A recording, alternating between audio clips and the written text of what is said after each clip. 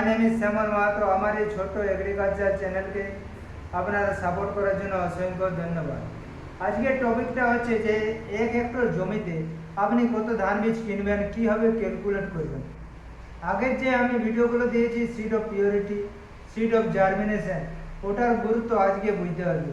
তো চলো দেরি না করে বেশি আমি আপনাদেরকে বোর্ডের মধ্যে আগে থেকে করে রেখেছি, তো আজকে আপনাদেরকে বুঝিয়ে দিচ্ছি। দেখুন, সারি ও গাছের দূরত্ব যথাক্রমে 20 × 10 সেন্টিমিটার। ধানের প্রতি বছর 3টি করে রোপণ করা হয় এবং ওই বীজের জার্মিনেশন 85% হয়। ওই 1000টি দানার ওজন 25 গ্রাম। তাহলে 1 হেক্টর জমিতে কত ধান বীজ লাগবে? তো সাধারণত আপনাকে সিড রেট আগে থেকে এটা বার করতে হবে। সিড রেট ক্যালকুলেট হচ্ছে, এটা ফর্মুলা আছে। সিড রেট বার করতে গেলে 1000টি দানার ওজন ইন্টু প্রতি গোছা সংখ্যা ইন্টু 100 ডিভাইডেড সারি সারি ইন্টু গাছ থেকে গাছের দূরত্ব। তাহলে 1000টি দানার ওজন বলেছি এখানে 25 গ্রাম ইন্টু প্রতি গোছায় কটি করে ধান রোপণ করতে বলেছি 3টি ইন্টু 100 ডিভাইডেড ডিস্টেন্স 20 × 10।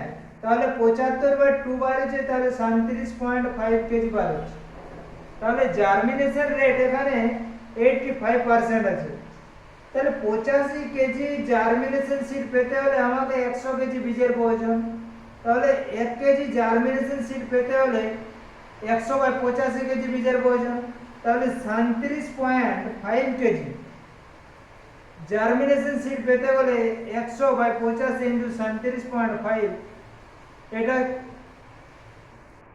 এটা দেখুন আসবে প্রায় 44 কেজি।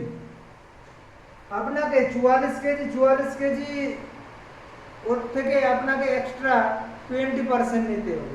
কারণ কিছু বীজ পিঁপড়ি খেয়ে নিয়েছে, কিছু বীজ জলে আবার ভিজে নষ্ট হয়ে গেছে, কিছু বীজ আবার যদি বৃষ্টি না হয় তাহলে কিছু বীজ নষ্ট হয়ে গেছে। তো তার জন্য আপনাকে 20% এক্সট্রা নিতে হবে।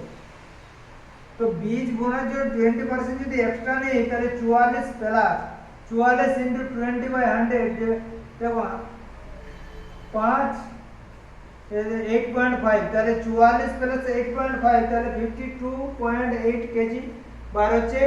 1 হেক্টর জমিতে ধান চাষের জন্য 52.8 কেজি ধান কিনতে হবে। আপনাকে এটা যদি বিঘাতে বার করতে হয় তাহলে আপনি কিভাবে করবেন? তাহলে 52.8 কেজি 1 হেক্টর সমান 7.5 বিঘা। তাহলে আপনাকে 7.5 দিয়ে করে ডিভাইডেড করতে হবে।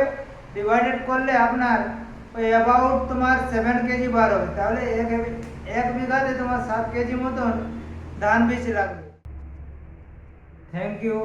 লাস্ট অব দি ভিডিও দেখার জন্য আমার এই চ্যানেলকে সাবস্ক্রাইব করুন, কারণ আমার এই রকম ভিডিও আমি আপলোড করা মাত্র আপনাদের কাছে পৌঁছাতে পারি এবং আপনারাও শিখতে পারেন।